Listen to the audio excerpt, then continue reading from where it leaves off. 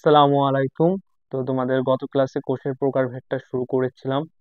শুরু করে তোমাদের কোষকে বলছিলাম যে কোষকে দুই ভাগে ভাগ করা হয়, মানে দুইটা জিনিসের উপরে বেস করে ভাগ করা, একটা হলো কাজ আর একটা হলো নিউক্লিয়াস। তো কাজটা পুরোপুরি কাভার করছিলাম, বাট ওই কাজ পর্যন্তই গত ক্লাসটা শেষ হয়ে গেছিল। মানে আমি বলছি যে ক্লাসগুলো বেশি লেন্দি করবো না, তো লেন্দি করি নাই। তো আজকে আজকে মূলত আজকে ক্লাসটা ওই কোষের প্রকারভেদেরই পার্ট 2 ক্লাসটা হবে। এখন এই ক্লাসে আমি মূলত নিউক্লিয়াসের উপরে বেস করে কোষকে যেই দুই ভাগে ভাগ করা হয় ওই দুই ভাগ নিয়ে আলোচনা করব। তো কথা না বাড়িয়ে আমাদের ক্লাস শুরু করি। আর বই দাগানোটা গত ক্লাসে দাগিয়ে দিছি, কোষের প্রকারভেদ পুরো টপিকটাই গত ক্লাসে দাগিয়ে দিছি। তো যারা ধরো আগের ভিডিও করো নাই, এই ভিডিওটা করতেছো, তোমাদেরকে আমি রিকোয়েস্ট করবো আগেরটা একটু করো, তাহলে বই দাগানোটাও হয়ে যাবে। প্লাস তোমরা ধরো কোষের যে দুইটা ভাগ আছে, তো দুইটা জিনিসের উপরে বেস করে করা হয়েছে, তো একটা অলরেডি আলোচনা করা হয়ে গেছে, তো ওইটা সম্পর্কে জানতে পারবে।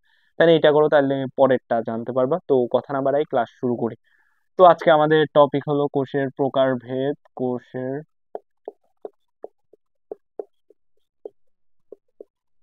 প্রকারভেদ আজকে হলো তোমার পার্ট 2। পার্ট 2, তো পার্ট 2 ক্লাস। তো এখানে আমি মূলত কোষকে যে নিউক্লিয়াসের ভিত্তিতে, মানে যেই প্রকারভেদ আছে ওইগুলা নিয়ে আলোচনা করব। তাহলে কোষকে কিসের ভিত্তিতে ভাগ করা হয়েছে? তোমার নিউক্লিয়াসের ভিত্তিতে।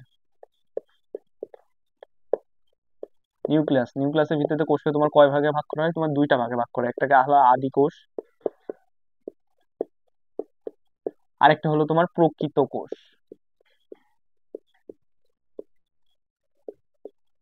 আদি কোষ আর প্রকৃত কোষ, এই দুই ভাগে তুমি নিউক্লিয়াসের উপরে ভিত্তি করে কোষকে ভাগ করতে পারবা। এখন কথা হলো এই আদি কোষ আর প্রকৃত কোষ, তো এইগুলা এইগুলা তোমার প্রতিটারই তোমার কিছু নাম দিয়ে আছে। অর্থাৎ আদি কোষকে তোমার প্রাক কেন্দ্রিক কোষ বলেছে, দেন হলো হলো প্রোক্যারিওটিক সেল বলেছে, তোমার হলো প্রকৃত কোষকে তোমার সুকেন্দ্রিক কোষ বলেছে, তারপরে প্রকৃত কেন্দ্রিক কোষ বলেছে, তারপরে ইউক্যারিওটিক সেল বলেছে। তো আমি তোমাদেরকে বলবো যে তোমরা এই প্রতিটা টার্ম একটু মাথায় রাখবা।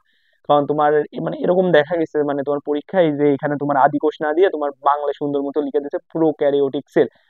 আদি কোষের ইংলিশটা প্রোক্যারিওটিক সেল, এটা যদি না লিখো, মানে তুমি যদি আসল জিনিসটাই ধরতে না পারো, তাহলে তুমি পরবর্তীতে লিখবা কিভাবে? তো অ্যাটলিস্ট এই আদি কোষের ইংলিশ বা প্রকৃত ইংলিশ এগুলো একটু মাথায় রাখবা, মানে এগুলা ইম্পর্টেন্ট। কিছু কিছু জিনিসের ইংলিশটা আমার ইম্পর্টেন্ট না, তো আমি ওইগুলো তোমাদেরকে কখনো মাথায় রাখতে বলবো না, বাট কিছু কিছু জিনিস খুবই ইম্পর্টেন্ট, বিশেষ করে আদি কোষ আর প্রকৃত কোষের ইংলিশ টার্মটা। তো তোমরা অবশ্যই এদের ইংলিশ টার্মটা মাথায় রাখবা। এখন কথা হলো এই যে আদি কোষ আর প্রকৃত কোষ, তো দুইটা কোষকে তোমার ভাগ করা হয়েছে, মানে নিউক্লিয়াসের উপরে বেস করে তোমার কোষকে দুইটা ভাগে ভাগ করা হয়েছে, একটা হলো আদি কোষ আর প্রকৃত কোষ। আসলে এখন ভাগটা আসলে কিভাবে করা হয়েছে? তো মূলত এই দুইটা কোষের ভিতরে তোমার মেইন পার্থক্য হলো নিউক্লিয়াসের, অর্থাৎ দুইটা কোষেরই নিউক্লিয়াস কি, এটা নিউক্লিয়াস একরকম আর একটা নিউক্লিয়াস আরেক রকম। এখন কিরকম, কোনটার কিরকম সেটা সম্পর্কে তোমাদের একটু আলোচনা দিই। তো কথা হলো তোমার আদি কোষ আর প্রকৃত কোষের ভিতরে তোমার মেইন পার্থক্য হলো তুমি আদি কোষের সুগঠিত নিউক্লিয়াস পাবা না।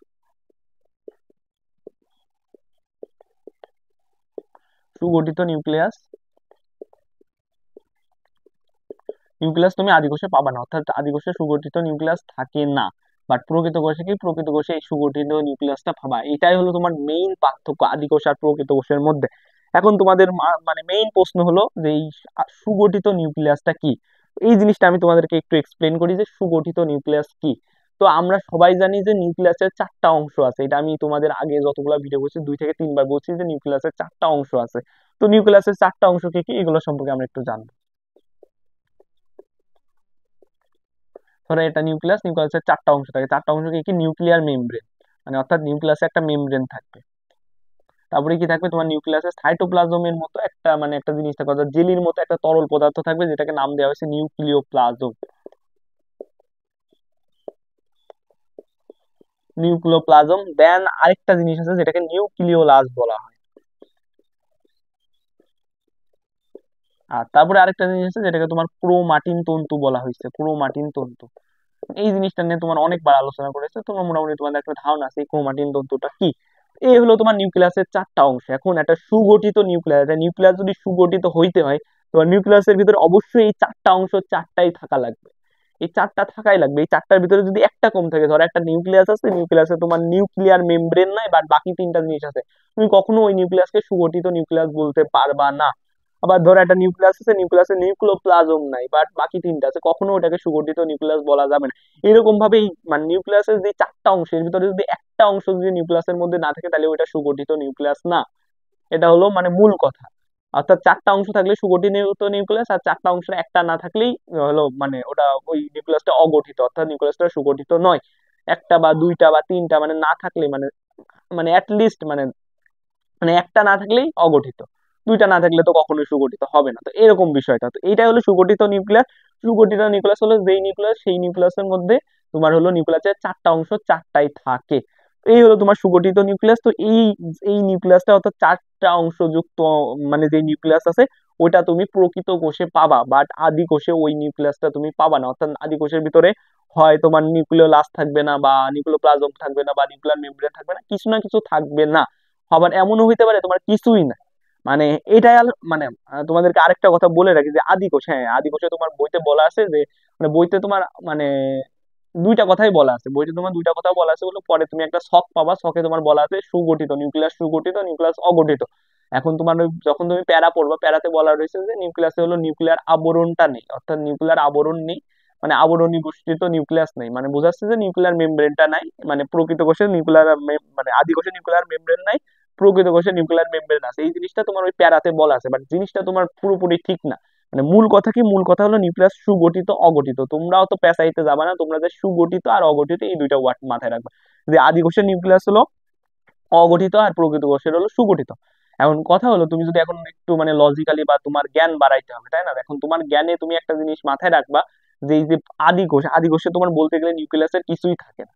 মানে তোমার সব ম্যাক্সিমাম আদি কোষে তোমার নিউক্লিয়াসে তুমি কিছুই পাবা না। এটা হলো তুমি এই কথাটা একটু মাথায় রাখবা, মানে এটা তোমার বইয়ের জ্ঞান না, এটা তোমার হলো মানে তোমার তো বললাম তোমার বেসিকটা স্ট্রং করা লাগবে। তো তোমার বেসিকে এই জিনিসটা ঢুকায় রাখবা যে আদি কোষে আসলে নিউক্লিয়াসের কিছুই থাকে না। এখন থাকে না, এটা হলো মাথায় রাখবা। এখন কথা হলো তোমাদের আরেকটা জিনিস বোঝা লাগবে। আরেকটা জিনিস কি, ধরো আদি কোষ, প্রকৃত কোষ নিয়ে পরে আলোচনা করি। আদি কোষ, তো আদি কোষে তোমার ধরো মানে ম্যাক্সিমাম আদি কোষে তুমি নিউক্লিয়াসের কোনো অংশই পাবা না, মানে নিউক্লিয়াসের কোনো অংশ নেই। তার মানে কি, ক্রোমাটিন তন্তু পাবা না।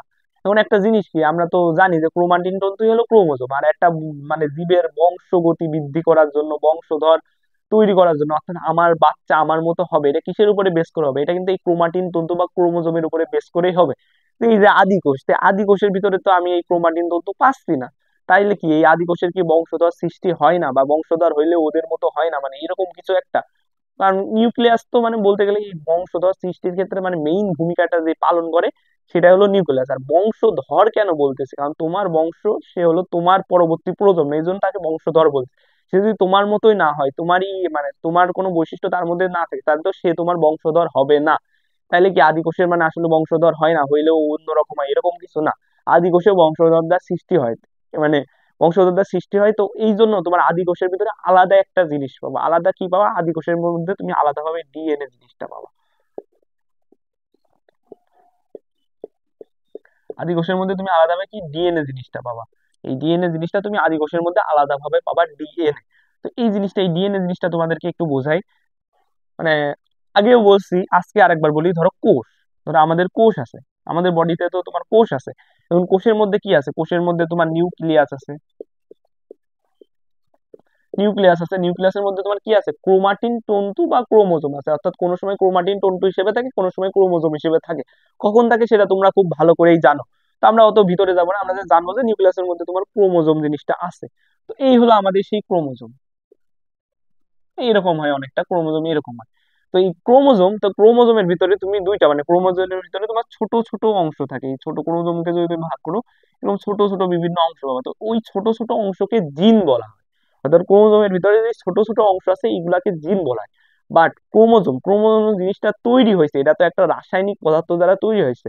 যেমন ফর এক্সাম্পল তোমাদেরকে বোঝাই, মানে তোমাদেরকে বোঝাই, তোমরা যখন পড়বা, হলো মানে কেমিস্ট্রিতে পড়বা বা রসায়নে পড়বা, ওই সময় তোমরা জিনিস জানতে পারবা যে সবকিছু মানে পৃথিবীর যে কোনো জিনিসই কিছু না কিছু রাসায়নিক পদার্থ দ্বারা তৈরি হয়েছে। যেমন ধরো সোডিয়াম ক্লোরাইড, এটাকে আমরা লবণ বলি।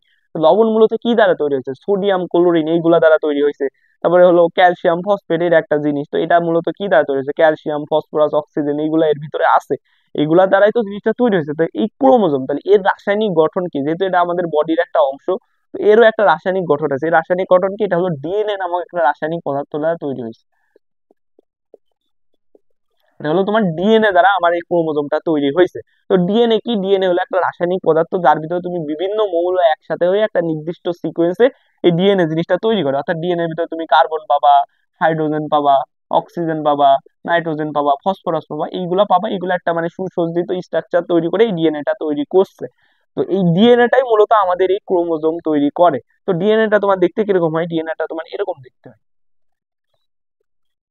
এটা হলো তোমার প্রকৃত কোষের ডিএনএ, মানে প্রকৃত কোষের কথা বলতেছে, কারণ এই যে ক্রোমোজোম নিউক্লিয়াস এগুলো তো প্রকৃত কোষেই পাবা।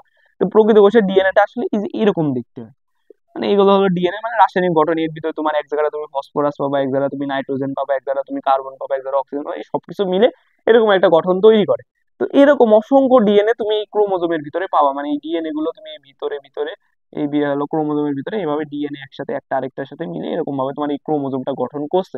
মানে মূলত ক্রোমোজোম মানে ডিএনএ কি, ডিএনএ হলো এই ক্রোমোজোমেরই রাসায়নিক পদার্থ। তো এই ডিএনএটা মূলত কি করছে? ক্রোমোজোমকে তৈরি করছে। আর হলো শুধু যে ডিএনএ একটা ক্রোমোজোম তৈরি করছে তা না, মানে একটা ক্রোমোজোমের ভিতরে তোমার মেইনলি দুইটা উপাদান পাবা, অর্থাৎ দুইটা রাসায়নিক উপাদান পাবা, একটা হলো ডিএনএ আর একটা হলো তোমার প্রোটিন। ডিএনএ আর প্রোটিন এই দুইটা জিনিস মিলে মূলত আমার এই ক্রোমোজোম জিনিসটাকে গঠন করছে। ওই ক্রোমোজোমের মধ্যে তোমরা এই যে ডিএনএ পাচ্ছ, তো এই ডিএনএ এর ভিতরে আবার কিছু কিছু জায়গায় এরকম প্রোটিন পাবা। তো আমরা যেহেতু প্রকৃত কোষের কথা বলতেছি, কারণ ক্রোমোজোম তো প্রকৃত কোষে থাকে, তো প্রকৃত কোষে যে প্রোটিনটা থাকে ওই প্রোটিনের একটা নির্দিষ্ট নাম আছে, ওটাকে তোমার হিস্টোন প্রোটিন বলা হয়।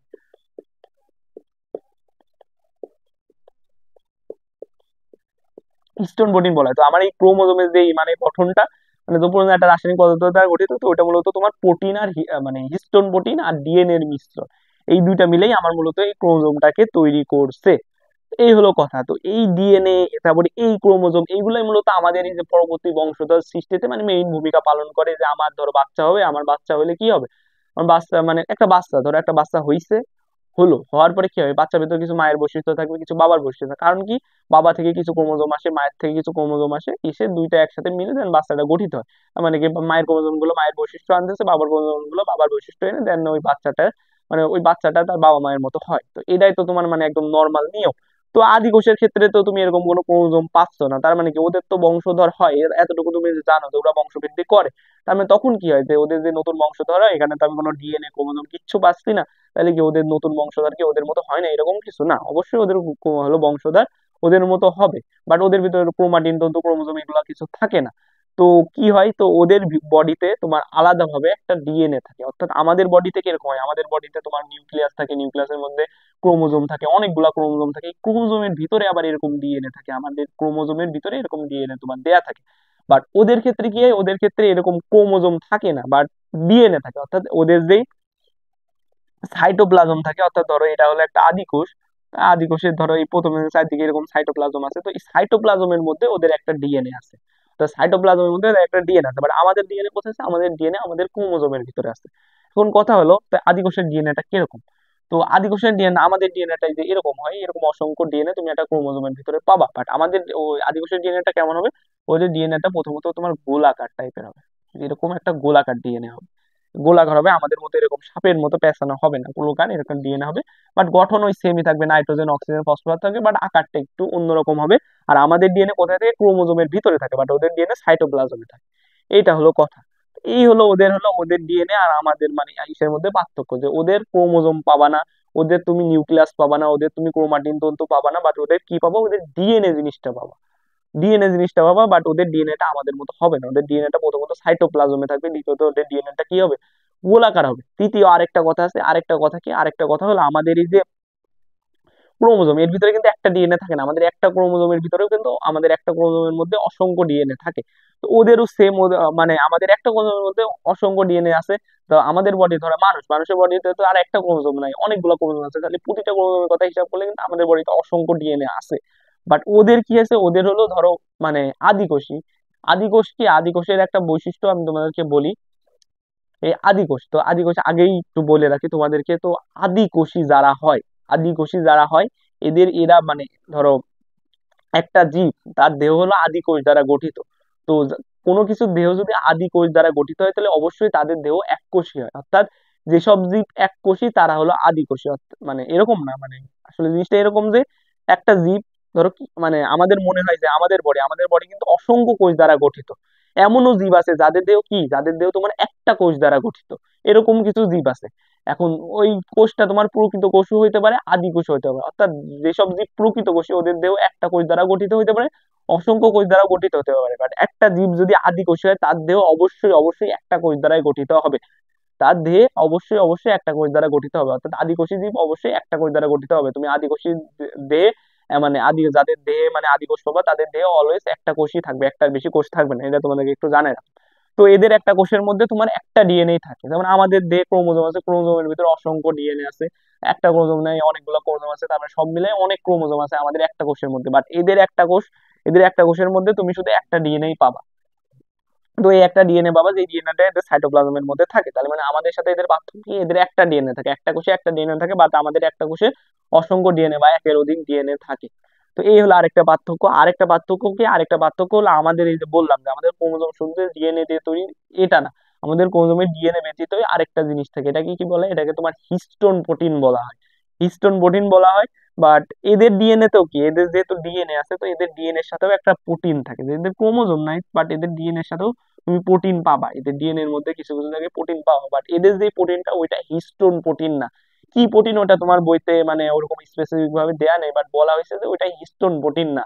অর্থাৎ প্রকৃত কোষে তুমি ডিএনএ এর সাথে অবশ্যই হিস্টোন প্রোটিনই পাবা, বাট তুমি কখনো আদি কোষে ওদের যে ডিএনএ টা আছে ওই ডিএনএ এর সাথে কখনো তুমি হিস্টোন প্রোটিন পাবা না। এই জন্য তোমার বইতে বলা আছে যে এদের ডিএনএ টা কি, এদের ডিএনএ টা হলো নন হিস্টোন প্রোটিন যুক্ত,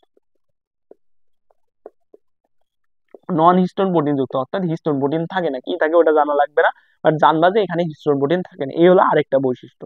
তো এখানে তোমার আদি কোষ আর প্রকৃত কোষের মধ্যে মানে তোমার মেইনলি যদি বোঝার কোনো জিনিস থাকে তাহলে এই জিনিসটা, তুমি যদি এই চারটা জিনিস বুঝতে পারো যে আমাদের ডিএনএ আর আদি কোষের, প্রথম কথা হলো আমাদের বডিতে বংশগতীয় বস্তু হিসেবে মানে এটা একটু মানে জটিল টাইপের, অর্থাৎ আমাদের কোষ আছে ঠিক আছে, আদি কোষেরও কোষ আছে ঠিক আছে, বাট আমাদের কোষের মধ্যে প্রথমে নিউক্লিয়াস থাকে, নিউক্লিয়াসের মধ্যে ক্রোমাটিন তন্তু থাকে, ওটা একসময় ক্রোমোজোম হয়, ক্রোমোজোমের ভিতরে তোমার জিন আছে, মানে ক্রোমোজোমের বিভিন্ন অংশ জিন আছে, তারপরে এই ক্রোমোজোমের মানে রাসায়নিক পদার্থ হলো ডিএনএ।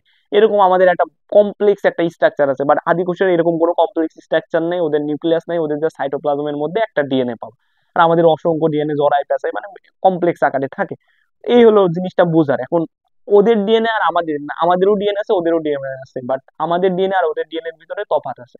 এই তফাৎটা তোমাদের জানা লাগবে, যে তফাৎটা কি, তফাৎটা হলো ধরো আমাদের ডিএনএ কি, আমাদের ডিএনএটা এরকম দিয়ে সূত্রাকার হয়, বাট ওদের ডিএনএটা কি, ওদের ডিএনএটা গোলাকার হয়। আমাদের ডিএনএটা কোথা থেকে, এটা হলো তোমার নিউক্লিয়াসের মধ্যে থাকে, ওদের ডিএনএটা কোথায় থাকে, ওদের ডিএনএটা সাইটোপ্লাজমে থাকে। আমাদের কয়টা ডিএনএ থাকে, আমাদের অবশ্যই একের অধিক ডিএনএ থাকে। এখন আমাদের বলতে আমি শুধু মানুষকে বোঝাচ্ছি এমন না, আমি সব জীবকে, সব প্রকৃতকোষী জীবকে বোঝাচ্ছি। এখন এমনও প্রকৃতিকোষী জীব আছে যাদের ক্রোমোজোম সংখ্যা দুইটা, মানে একটা ক্রোমোজোম কারোর থাকে না বাট দুইটা ক্রোমোজোম থাকে, অ্যাটলিস্ট দুইটা ক্রোমোজোম থাকে, মানে কিছু কিছু প্রকৃত কোষ আছে। যেমন একটা প্রকৃত কোষ বলতে তোমাদেরকে আগে একটু জানাই রাখি, গোল পোকা বলে, এই গোল পোকার দেহে দুইটা ক্রোমোজোম পাবা। এখন দুইটা ক্রোমোজোমে কিন্তু তুমি অসংখ্য ডিএনএ পাবা না, একাধিক ডিএনএ পাবা, অর্থাৎ দুইটা ক্রোমোজোমে কখনোই একটা ডিএনএ থাকবে না, বাট দুইটা ক্রোমোজোম মিলে কিন্তু একের অধিক ডিএনএ থাকবে, বাট অসংখ্য থাকবে না। এই জন্য বলা হয় যে এদের ডিএনএ কি, মানে আমাদের ডিএনএ, আমাদের মানে ডিএনএ সংখ্যা একাধিক, বাট এদের ডিএনএ হলো একটি। নেক্সট কথা কি, নেক্সট কথা হলো আমাদের ডিএনএ তে কি, আমাদের ডিএনএ তে হিস্টোন প্রোটিন আছে, অর্থাৎ প্রকৃত কোষের ডিএনএ তে হিস্টোন প্রোটিন আছে, বাট আদি কোষের ইসে কি, আদি কোষ হলো ওটা হলো নন হিস্টোন প্রোটিন যুক্ত, নন হিস্টোন প্রোটিন যুক্ত। এই হলো মোটামুটি কথা। তো এইগুলো আমাদের জানা লাগবে, আর এইগুলো বাদেও আমাদের আরেকটা জিনিস জানা লাগবে আদি কোষের ক্ষেত্রে। তো আদি কোষের তোমার এই যে ডিএনএটা, এটা তো তোমার সাইটোপ্লাজমে থাকে, তো সাইটোপ্লাজমের একটা স্থানে, ধরো এরকম একটা স্থানে, মানে একটা নির্দিষ্ট একটা ফিক্স স্থান আছে যেখানে তুমি এই ডিএনএটা পাবা। তো এই ডিএনএটা তোমরা এই ফিক্স স্থানে পাবা। তো এই ফিক্স স্থান অর্থাৎ যেই স্থানে আদি কোষের ডিএনএটা পাওয়া যায় ওই স্থানটার একটা নাম আছে। ধরো আমাদের ডিএনএ, আমাদের ডিএনএ আমরা কোথায় পাই, নিউক্লিয়াসে পাই। তো এদের ডিএনএটাও যেই স্থানে পাই, তো ওই স্থানটার একটা নাম দেয়া হয়েছে, মানে বিজ্ঞানীরা নিউক্লিয়াসের সাথে মিল রেখে এদের ডিএনএটা যেই স্থানে পাওয়া যায় ওই স্থানের একটা নাম দিছে, ওই স্থানের মানে ওই স্থানটাকে তোমার কি বলা হয়, ওই স্থানটাকে তোমার নিউক্লিওয়েড বলা হয়।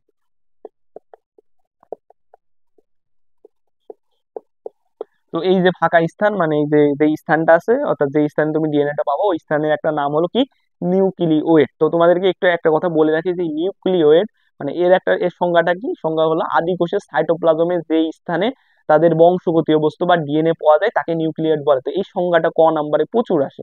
তো নিউক্লিয়েট কাকে বলে, নিউক্লিয়েট কি আদি কোষের সাইটোপ্লাজমের যে স্থানে, যে স্থানে তোমার হলো ডিএনএ পাওয়া যায় ওই ওই স্থানটাকে তোমার নিউক্লিওয়েড বলা হয়।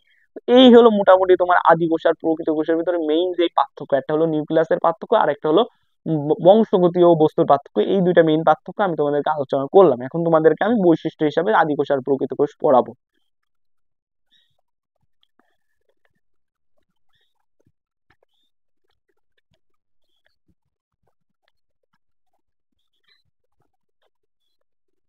তো আদিকোষ আর প্রকৃত কোষের বৈশিষ্ট্য আকারে পড়াবো। তাহলে তোমার কি, প্রথমে তোমার আদিকোষ,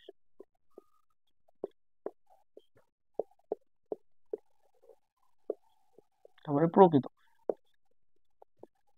এই হলো তোমার আদিকোষ আর প্রকৃত কোষ। তো প্রথমে আমরা যে জিনিসগুলো জানি, মানে এতক্ষণ শিখালাম, ওই জিনিসগুলো আগে বসাবো। তো প্রথমে আমরা তাদের নিউক্লিয়াসের ভিত্তিতে তাদের মানে করবো। তাহলে মানে কি, তোমার আদিকোষ কি, আদিকোষে তোমার সুগঠিত নিউক্লিয়াস থাকে না।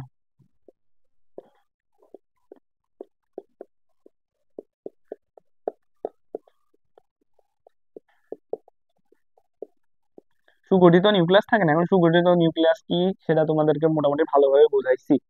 আর হলো তাহলে প্রকৃত কোষ কি, প্রকৃত কোষে হলো তোমার সুগঠিত নিউক্লিয়াস থাকে, এতটুকু তোমরা মাথায় রাখবা। দেন কি শিখাইছি, দেন হলো বংশগতীয় বস্তু অর্থাৎ ডিএনএ, অর্থাৎ বংশগতীয় বস্তু হিসেবে আদি কোষে ডিএনএ আছে, আমাদের বংশগতীয় বস্তু হিসেবে শুধু যে স্পেসিফিকলি ডিএনএ এরকম না, আমাদের ক্রোমোজোম আছে।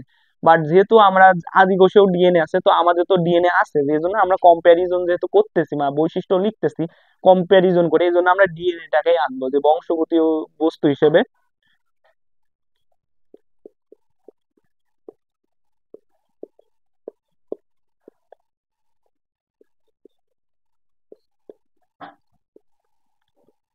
বংশগতীয় বস্তু হিসেবে আদি কোষে ডিএনএ পাওয়া যায়। এখন ডিএনএটার বৈশিষ্ট্য কেমন, প্রথম কথা কি, এই ডিএনএটা তোমার গোলাকার হবে।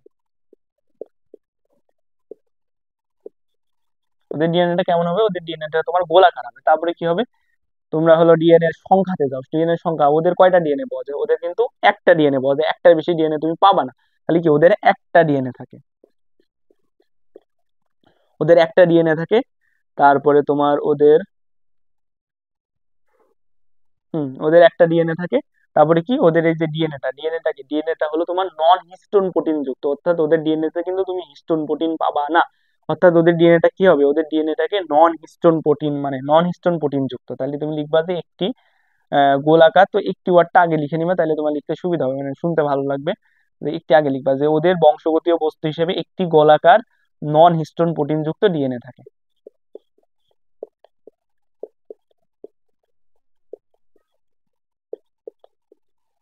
নন হিস্টোন প্রোটিন যুক্ত ডিএনএ থাকে।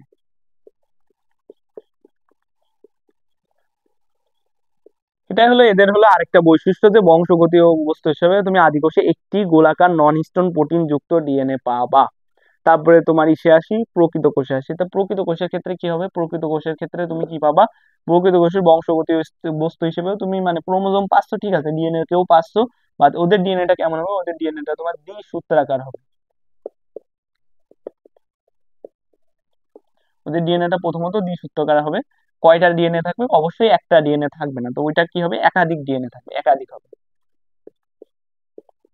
আর কি, এদের হলো হিস্টোন প্রোটিন যুক্ত হবে, অবশ্যই তুমি হলো প্রকৃত কোষের ডিএনএ তে হিস্টোন প্রোটিন পাবা, অর্থাৎ মানে হিস্টোন প্রোটিন যুক্ত ডিএনএ, মানে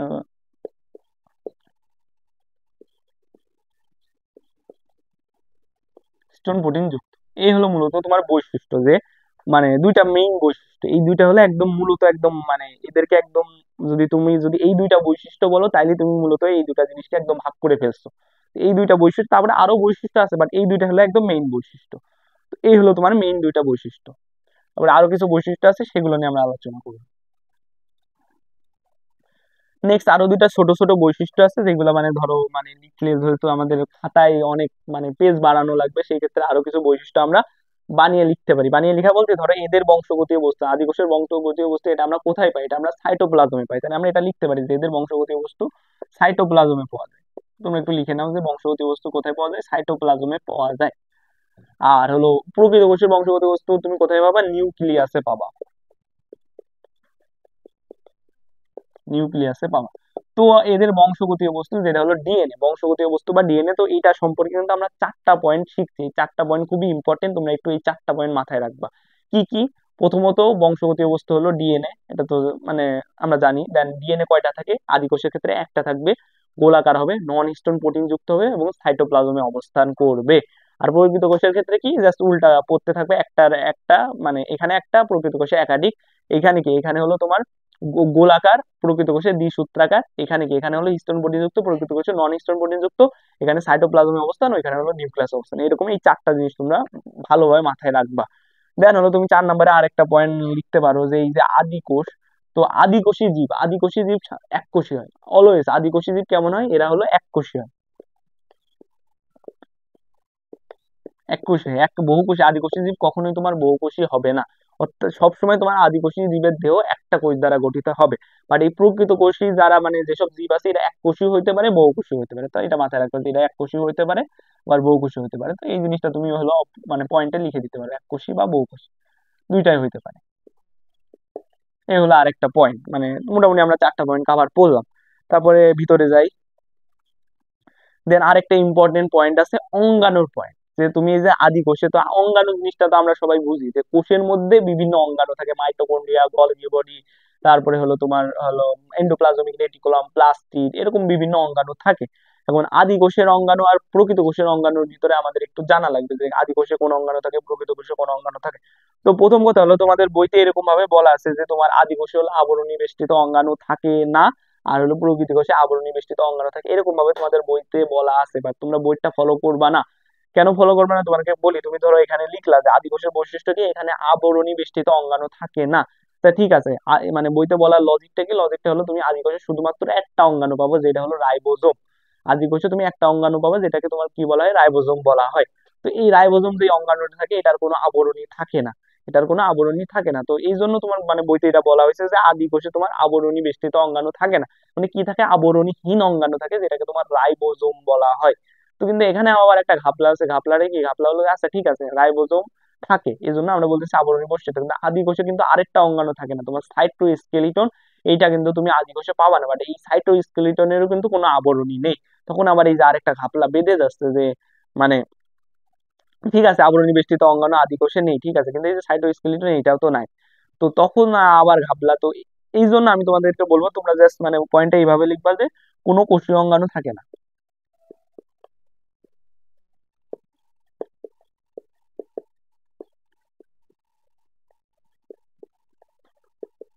কোনো কোষীয় অঙ্গাণু থাকে না। জাস্ট পাশে আর একটু লিখে দিবা যে শুধু রাইবোজোম থাকে,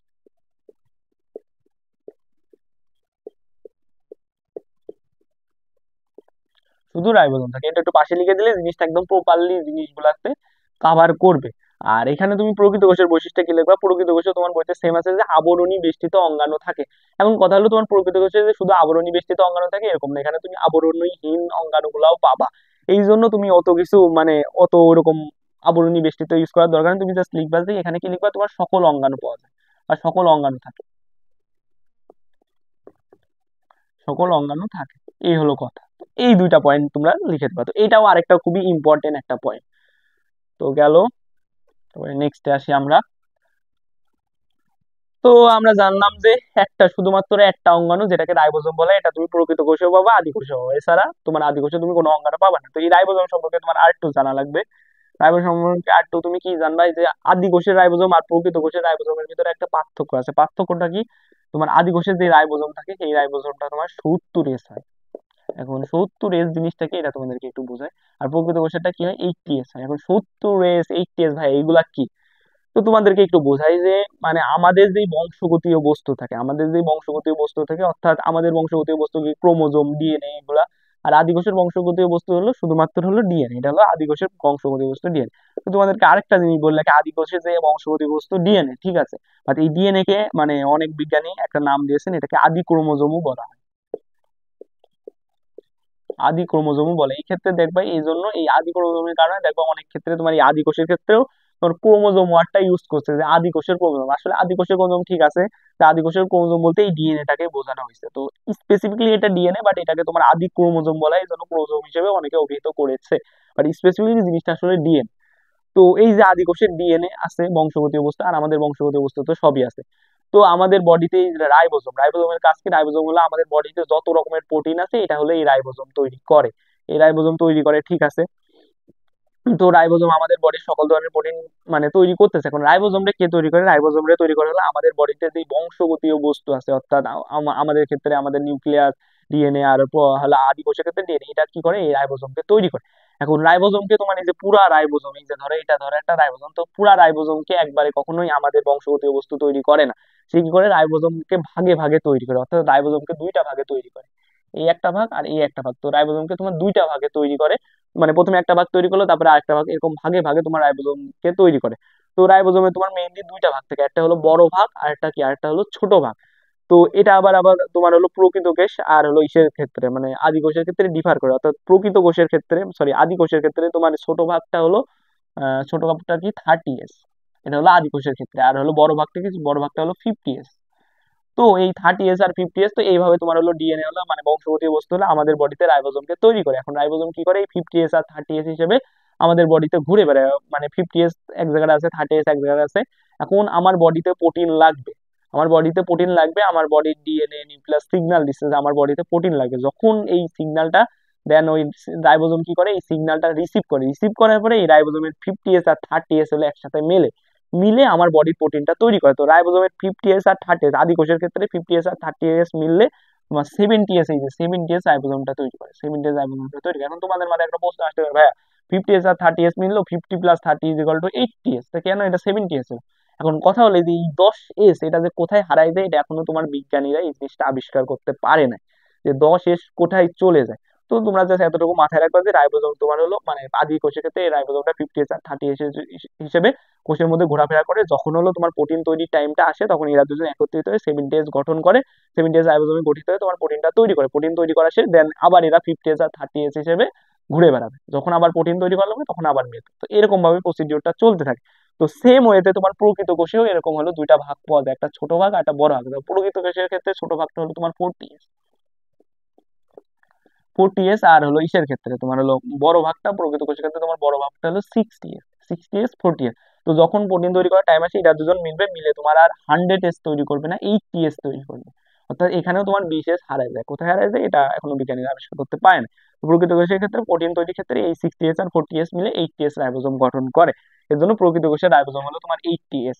এইটা হলো তোমার মূলত এখানে রাইবোজোমের কথা। তো এখানে আরেকটা জিনিস তোমাদেরকে জানিয়ে রাখি, কিন্তু এস এস জিনিসটা আসলে কি, এস জিনিসটা এটা হলো এক ধরনের একক টাইপের, যেমন আমরা একক জানি মিটার, তারপরে কেজি, লিটার, এগুলো বিভিন্ন একক না। তো এই রাইবোজোমের একককে তোমার এই এস দ্বারা প্রকাশ করা হয়, এটার নাম হলো তোমার ভেদবার্গ একক। এটা হলো বিজ্ঞানী ভেদবার্গের নাম অনুযায়ী এই নামটা করা হয়েছে, ভেদবার্গ একক বলা হয়। তো এস দ্বারা মূলত তোমার কি এই ভেদবার্গ মানে এস হলো মূলত ভেদবার্গ একক, মানে এর পুরা নামটা মানে আমরা যদি মিটারকে এম দ্বারা প্রকাশ করা হয়, এটা নাম আছে মিটার, তেমনি এস এর একটা নাম এস এর নাম হলো ভেদবার্গ একক, এটাকে এস দ্বারা প্রকাশ করে। এই হলো রাইবোজোমের কাহিনী, মানে তোমাদেরকে জিনিসটা একটু বুঝাইলাম।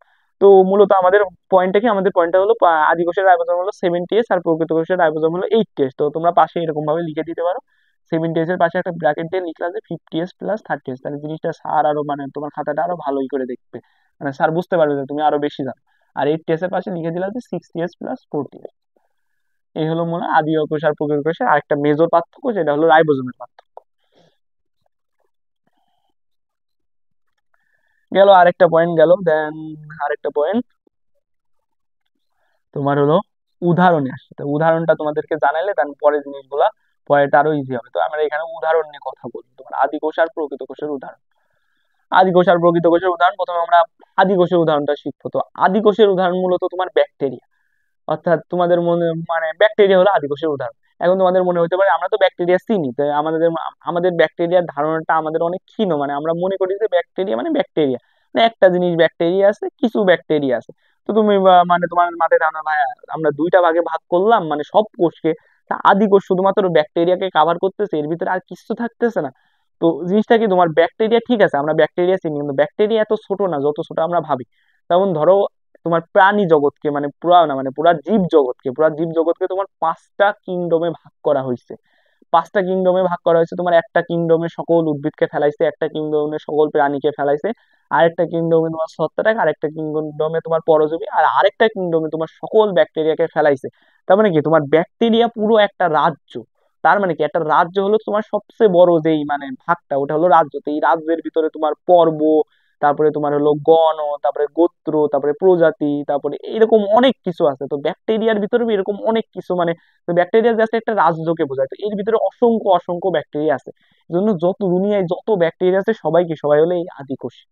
তো আমরা যেটাকে ব্যাকটেরিয়া হিসাবে চিনি যে আমরা ব্যাকটেরিয়া, তো ব্যাকটেরিয়া তো আমরা ব্যাকটেরিয়া চিনি যে ব্যাকটেরিয়া। তো এই ব্যাকটেরিয়ার ভিতরে তুমি অনেক ভাগ পাবা। অনেক ভাগ বলতে তোমার ব্যাকটেরিয়ার একটা ভাগ আছে যেটাকে মাইকোপ্লাজমা বলা হয়,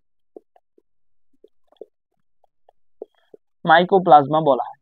দেন হলো আরেকটা ভাগ আছে তোমার যেটাকে অ্যাক্টিনো ব্যাকটেরিয়া বলা হয়,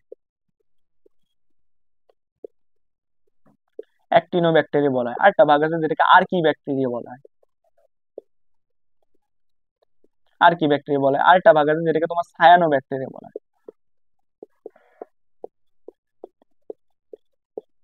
এরকম অসংখ্য ভাগ তুমি ব্যাকটেরিয়ার মধ্যে পাবা, তো এরা সবাই হলো আদিকোষী।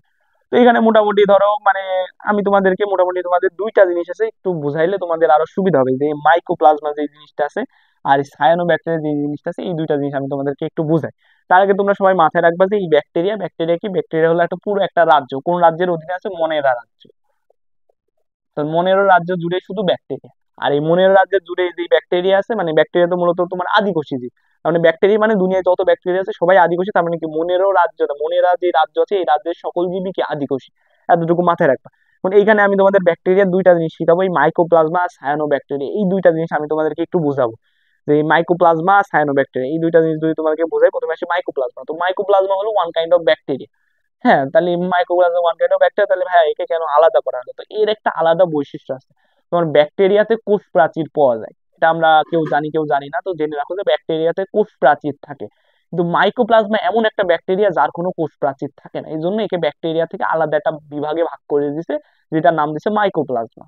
তো এই মাইক্রোপ্লাজমায় কি থাকে না, মাইক্রোপ্লাজমায় তোমার হলো কোষ প্রাচীর থাকে না, এই জন্য একটা আলাদা। এতটুকু মাথায় রাখলে তোমরা মানে মূলত মানে বুঝতে পারো যে মাইক্রোপ্লাজমা জিনিসটা কি। বাট মূলত আমাদের আলোচনা করতে হবে সায়ানোব্যাকটেরিয়া জিনিসটা, এটা সম্পর্কে আমাদের একটু বিস্তারিত আলোচনা করা লাগবে। তো তোমাদের সায়ানোব্যাকটেরিয়া নিয়ে একটু আলোচনা করি।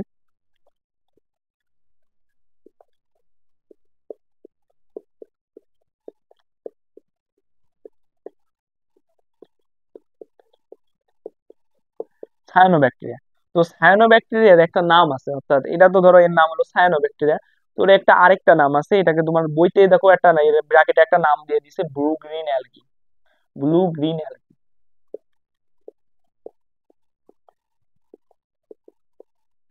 Blue green algae. তো এই ব্লু গ্রিন অ্যালগি যদি তুমি বাংলা মানে বাংলা করো, তাহলে বাংলা বললে তুমি কি পাবা, নীলাভ সবুজ শৈবাল।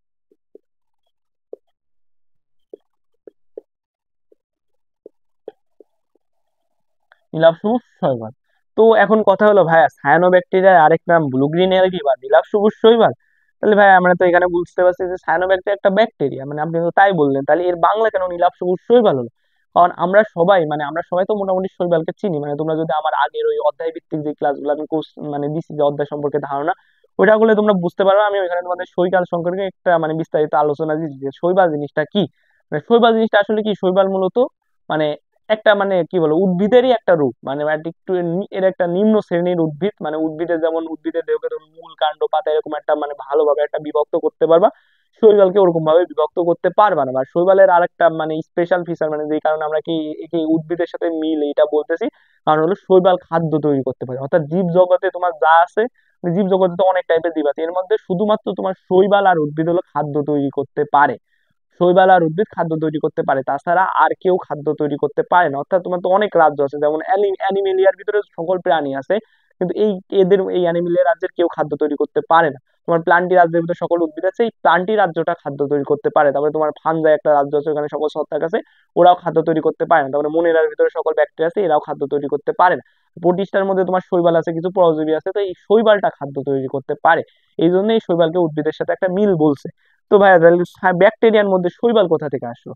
তো আমরা বুঝলাম যে শৈবাল জিনিসটা কি, যে খাদ্য তৈরি করতে পারে। তো তোমার যখন প্রথমের দিকে যখন বিজ্ঞানীরা এই জিনিসটা আবিষ্কার করছিল, এই সায়ানো ব্যাকটেরিয়াকে আবিষ্কার করছিল, তখন তারা কি দেখছিল, তখন তারা দেখছিল যে এই জিনিসটা তোমার খাদ্য তৈরি করতে পারে। অর্থাৎ ওই টাইমে অলরেডি শৈবাল আবিষ্কার হয়ে গেছে, ব্যাকটেরিয়া ট্যাকটেরিয়া সব আবিষ্কার হয়েছে। তো ওরা দেখতেছে যে এই মানে এই নীলাভ সবুজ মানে এই জিনিসটাকে আবিষ্কার করছে, এই নীলাভ সবুজ শৈবাল বা সায়ানো ব্যাকটেরিয়াকে আবিষ্কার করে ওরা দেখছে কি এই জিনিসটা খাদ্য তৈরি করতে পারে। তো খাদ্য কারা তৈরি করতে পারে? খাদ্য হলো উদ্ভিদ তৈরি করতে পারে। বাট এদের বডিটা এরা একটু মানে কি বলবো অনুবীক্ষণিক টাইপের, মানে অনুবীক্ষণ যন্ত্র যে দেখা লাগতেছে, এদের বডিকে মূল কাণ্ড পাতায় বিভক্ত করা যাচ্ছে না। শৈবালেরও মানে শৈবাল আবিষ্কার হয়ে গেছে, তো ওরা দেখতেছে শৈবালও তো সেম, ও খাদ্য তৈরি করতে পারে, বাট এর বডিকেও মূল কাণ্ড পাতায় বিভক্ত করা যায় না, এর কিছু জাতকে দেখার জন্য হলো অনুবীক্ষণ যন্ত্র লাগে। তো তখন ওরা ভাবলো যে এটাকে তো আর উদ্ভিদের ভিতরে ফেলানো যাচ্ছে না, তো এই জিনিসটাকে আমরা শৈবালের ভিতরে ফেলাই দিই, ফেলে একটা নাম দিয়ে দিই নীলাভ সবুজ শৈবাল। তো তখন থেকে এই জিনিসটার নাম হয়ে গেছে নীলাভ সবুজ শৈবাল, ব্লু গ্রিন অ্যালগি। তো ওই টাইমে লোকজন ভাবছিল যে এই জিনিসটা ওয়ান কাইন্ড অফ শৈবাল। তো পরে যখন এই যে কোষের ভাগটা আসে, তোমার প্রকৃত কোষ আর আদি কোষের যে বিষয়টা আসে, তখন বিজ্ঞানীরা দেখে যে এখন আমরা যখন প্রকৃত কোষ আর আদি কোষে যখন এদেরকে ভাগ করব, এদেরকে প্রকৃত কোষ আর আদি কোষে ভাগ করলে কিন্তু তোমার হলো মানে যখন আমরা এই প্রকৃত কোষে আদি কোষের বিষয়টা আসে, তখন বিজ্ঞানীরা এর হলো কোষটাকে নিয়ে বিশ্লেষণ করে দেখা যায় এদের কোষের বৈশিষ্ট্য পুরোপুরি আদি কোষের মতো না, অর্থাৎ আদি কোষের যে যে বৈশিষ্ট্য এদের কোষেও সেম বৈশিষ্ট্য পাওয়া যায়। তখন বিজ্ঞানীরা দেখতেছে ঠিক আছে আমি এদেরকে শৈবালের মধ্যে ফেলাইলাম, বাট কারণ কি এরা খাদ্য তৈরি করতে পারে, বাট এখানে আবার আরেকটা পার্থক্য আমি দেখতে পাচ্ছি যে এদের কোষটা আদি কোষী কিন্তু শৈবাল তো প্রকৃত কোষী। তখন বিজ্ঞানীদের মধ্যে একটা মানে কি বলবো একটা দ্বিমত তৈরি হয়ে গেল যে এটাকে আর শৈবালের ভিতরে রাখা যাবে না। তখন বিজ্ঞানীরা কি করছে, বিজ্ঞানীরা একে আবার ব্যাকটেরিয়ার ভিতরে ঢুকাই দিচ্ছে, ঢুকাই এর একটা নাম দিচ্ছে হলো সায়ানো ব্যাকটেরিয়া। সায়ানো ব্যাকটেরিয়া তো প্রথমে যেহেতু একটা নাম এসেছিল নীলাভ সবুজ শৈবাল, তো ওই নামটা আর বাদ দেওয়া যায় না। তো এর এই দুইটা নাম হিসেবে এটা চলে যায়, এটা সায়ানো ব্যাকটেরিয়া বা নীলাভ সবুজ শৈবাল। তো এই জিনিসটা আমাদের মানে কি বলবো, আমরা 9-10 এই জিনিসটা নিয়ে একটু কনফিউজ, 11-12 পড়লেও তোমরা যদি জিনিসটা প্রপারলি না বুঝো তাহলে কনফিউজ হয়ে যাবে যে এই নীলাভ সবুজ শৈবাল, নাম তো দেখতেছি নামের লাস্টে শৈবাল আছে তো এটা শৈবাল হবে, কিন্তু আসলে জিনিসটা শৈবাল না, জিনিসটা ব্যাকটেরিয়া। তো তোমরা তোমাদের মাথার ভিতরে গেঁথে রাখো যে নীলাভ সবুজ শৈবাল নামে শৈবাল হলেও এটা আসলে ব্যাকটেরিয়া, মানে এটাকে ব্যাকটেরিয়ার মধ্যেই ঢোকানো হয়, আর এটার আরেক নাম হলো সায়ানো ব্যাকটেরিয়া। তো তোমরা সবসময় মাথায় রাখবা যে নীলাভ সবুজ শৈবাল নামে শৈবাল হলেও এটা ওয়ান কাইন্ড অফ ব্যাকটেরিয়া। এই জিনিসটা তোমাদের বোঝা লাগবে।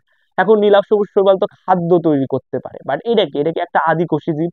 তো আমরা মোটামুটি জানি যে কেন উদ্ভিদ খাদ্য তৈরি করতে পারে, কারণ উদ্ভিদ খাদ্য তৈরি করতে পারে কারণ উদ্ভিদের বিষয়ে একটা স্পেশাল অঙ্গাণু আছে, উদ্ভিদের মধ্যে তুমি একটা স্পেশাল অঙ্গাণু পাবা যেটাকে তোমার প্লাস্টিড বলা হয়। প্লাস্টিড বলা, এই প্লাস্টিডের কারণে উদ্ভিদ খাদ্য তৈরি করতে পারে। যেহেতু তোমার নীলাভ সবুজ শৈবাল আদিকোষী, তা আদিকোষে তো কোনো অঙ্গাণু থাকে না, তাহলে তাইলে কিভাবে ও খাদ্য তৈরি করতে পারলো? তো নীলাভ সবুজ শৈবাল আসলেই এর কোনো প্লাস্টিড নাই, বাট স্টিল খাদ্য তৈরি করতে পারে। এর কারণ হলো তোমার প্লাস্টিডের মধ্যে একটা অংশ আছে, মানে প্লাস্টিডকে তো এর ভিতরে বিভিন্ন অংশ থাকে, তো এর গঠনের একটা অংশকে থাইলাকয়েড বলা হয়। তো প্লাস্টিড যে খাদ্য তৈরি করতে সাহায্য করে এই মেইন কাজটা করে হলো থাইলাকয়েড। তো নীলাভ সবুজ শৈবালে এই প্লাস্টিডটা পাবা না, বাট এই থাইলাকয়েডটা তুমি সবুজ শৈবালে পাবা। থাইলাকয়েডটা কই থাকে, এই নীলাভ সবুজ শৈবালের যে কোষ ঝিল্লি বা প্লাজমা মেমব্রেন থাকে ওর মধ্যে তুমি এই হলো থাইলাকয়েডটা পাবা। তো এই থাইলাকয়েডটা তোমার নীলাভ সবুজ শৈবালের এই কোষ ঝিল্লির মধ্যে থাকে, আর এই মানে থাইলাকয়েড ইউজ করে তোমার নীলাভ সবুজ শৈবাল খাদ্য তৈরি করতে পারে। এই হলো জিনিস যে মানে এই হলো তোমার সায়ানো ব্যাকটেরিয়া বা নীলাভ সবুজ শৈবালের কাহিনী, এটা মূলত ওয়ান কাইন্ড অফ ব্যাকটেরিয়া। তো এই জিনিসটা তোমরা তোমাদের মাথার ভিতরে একদম গেঁথে নাও, কারণ এই পুরা জীববিজ্ঞান বই পড়লে অনেক জায়গায় এই জিনিসটা পাবা, আর এটা একটা কনফিউশন তৈরি করবে। তো এই জিনিসটা একটু ক্লিয়ার হয় না। তো গেল, এই হলো তোমার নীলাভ সবুজ শৈবাল বা সায়ানোব্যাকটেরিয়া। তার মানে আমরা বুঝতে পারছি যে কি, আমরা বুঝতে পারছি যে আমার হলো আমরা যখন হলো আদি কোষের উদাহরণ লাগবে আমরা জাস্ট ব্যাকটেরিয়াটা লিখে দেবো। ব্যাকটেরিয়া মানে আমরা জানবো যে ব্যাকটেরিয়া মূলত আদি কোষের উদাহরণ। তো আমাদের একটু লাইন বাড়ানোর জন্য আমরা বিভিন্ন ব্যাকটেরিয়া লিখবো, সায়ানো ব্যাকটেরিয়া, আর কি ব্যাকটেরিয়া, অ্যাক্টিনো ব্যাকটেরিয়া, মাইক্রোপ্লাজমা, এরকম লিখে দেবো যে এইগুলোই মূলত আমার আদি কোষের উদাহরণ।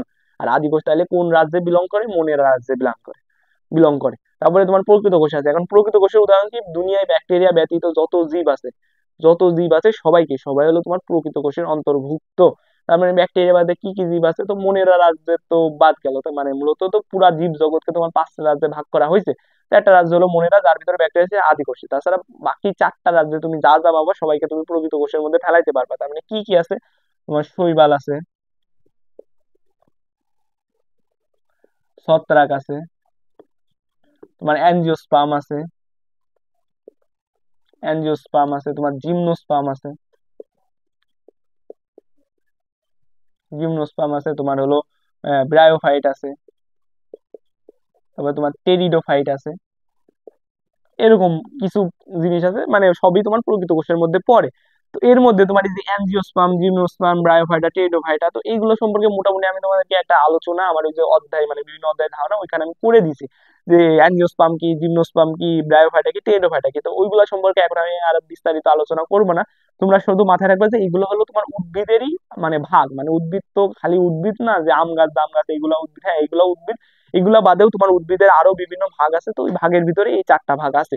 তো এইগুলা সম্পর্কে আরো বিস্তারিত আলোচনা তোমরা পাবা যখন তোমরা 6 আর 7 নাম্বার অধ্যায় পাবা, কারণ 6 নাম্বার অধ্যায়টা পুরোপুরি তোমার হলো ব্রায়োফাইট আর টেরিডোফাইট নিয়ে তোমার 6 নাম্বার অধ্যায়, আর এনজিওস্পার্ম আর জিমনোস্পার্ম নিয়ে তোমার 7 নাম্বার। তো যখন এই অধ্যায়গুলো সম্পর্কে তুমি পড়বা, মানে অধ্যায়গুলো পড়বা, তখন তোমরা মোটামুটি এই 4টা জিনিস সম্পর্কে একদম বিস্তারিত A to Z আলোচনা পেয়ে যাবে।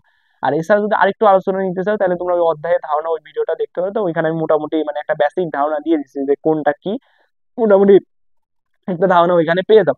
তো আপাতত মাথায় রাখবা যে এগুলো হলো উদ্ভিদেরই মানে ভাগ গেল। আর এই যে শৈবাল আর ছত্রাক আসতেছে, তো শৈবাল সম্পর্কে আমরা মোটামুটি শিখছি যে নিজের খাদ্য নিজে তৈরি করতে পারে, বাট উদ্ভিদের মতো না, উদ্ভিদ থেকে একটু নিম্ন শ্রেণী। ছত্রাকের জিনিসটা কি, ছত্রাক হলো তোমার মূলত নিজের খাদ্য নিজে তৈরি করতে পারবে না। ছত্রাক নিজের খাদ্য নিজে তৈরি করতে পারবে না, আর এটার ভিতরে তুমি কিছু মানে উদ্ভিদের বৈশিষ্ট্য পাবা, আর হলো কিছু জীবের মানে প্রাণীর বৈশিষ্ট্য পাবা। এই জন্য এই ছত্রাককে তোমার উদ্ভিদের ভিতরে ফেলানো যায় না, প্রাণীর ভিতরে ফেলানো যায় না। এই জন্য তোমার কি হয়েছে, এই ছত্রাকের জন্য আলাদা একটা রাজ্য তৈরি করা হয়েছে, যেটার নাম ফানজাই দেওয়া হয়েছে বা ছত্রাক দেওয়া হয়েছে।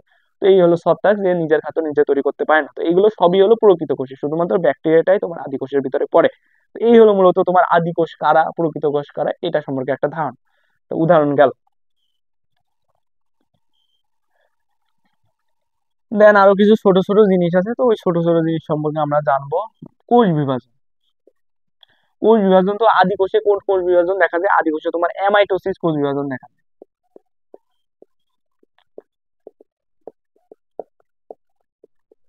অ্যামাইটোসিস কোষ বিভাজন দেখা যায়, এটার একটা নাম আছে তোমার দ্বিভাজন বলা হয়। দ্বিভাজন বলা হয় তোমার ইংলিশে বলা হয় বাইনারি ফিউশন।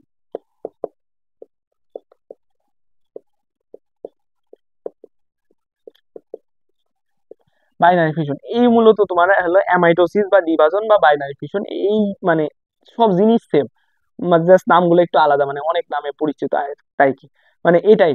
তো আদি কোষকে মূলত তুমি অ্যামাইটোসিস কোষ বিভাজন বা দ্বিভাজন কোষ বিভাজনটা দেখতে পাবা। তো আমরা কোষ বিভাজন সম্পর্কে মোটামুটি মানে পরিচিত, যে অ্যামাইটোসিস কি, মাইটোসিস কি, মায়োসিস কি, আমাদের একটা বেসিক ধারণা আছে যে অ্যামাইটোসিসে কি হয়, একদম ডাইরেক্টলি কোষটা বিভাজিত হয়ে দুইটা ভাগ হয়ে যায়। বাট মাইটোসিসে কি, মাইটোসিসেও কোষটা দুইটা ভাগে ভাগ হয়, কিন্তু একটু কমপ্লেক্স প্রসেসে হয়। বাট ক্রোমোজোম সংখ্যা সেম থাকে, কোনো চেঞ্জ হয় না। বাট মায়োসিসে কি হয়, মায়োসিসে হলো ক্রোমোজোম সংখ্যা হলো চেঞ্জ হয়ে যায়, মানে অর্ধেক হয়ে যায়, প্লাস হলো কোষটা বিভাজিত হয় একটা কমপ্লেক্স প্রসেসে। তো এই তো অ্যামাইটোসিস বা বিভাজন, এটা তোমরা আদি কোষে দেখতে পারো। আদি কোষ এইভাবে ওদের সংখ্যা বৃদ্ধি করে, অর্থাৎ এই কোষ বিভাজনটা করে এরা এদের সংখ্যা বৃদ্ধি করে। কারণ কি, আদি কোষটা হলো এক কোষ, অর্থাৎ একটা কোষ বিভাজিত হয়ে যদি দুইটা হয়ে যায়, তার মানে এরা এরা দুজন হয়ে গেল। এইভাবে এরা এদের সংখ্যা বৃদ্ধি করে কিসের মাধ্যমে, অ্যামাইটোসিস বা দ্বিভাজনের মাধ্যমে।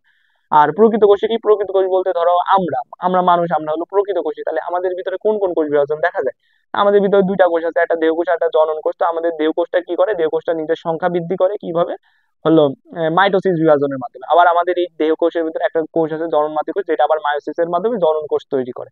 তো আমরা কি, আমাদের বডির মধ্যে কিন্তু মাইটোসিস হচ্ছে, মায়োসিস হচ্ছে, তার মানে কি প্রকৃত কোষে তোমার মাইটোসিসও পাবা, মায়োসিসও পাবা। তার মানে কি, প্রকৃত কোষের কোষ বিভাজন হলো মাইটোসিস প্লাস মায়োসিস।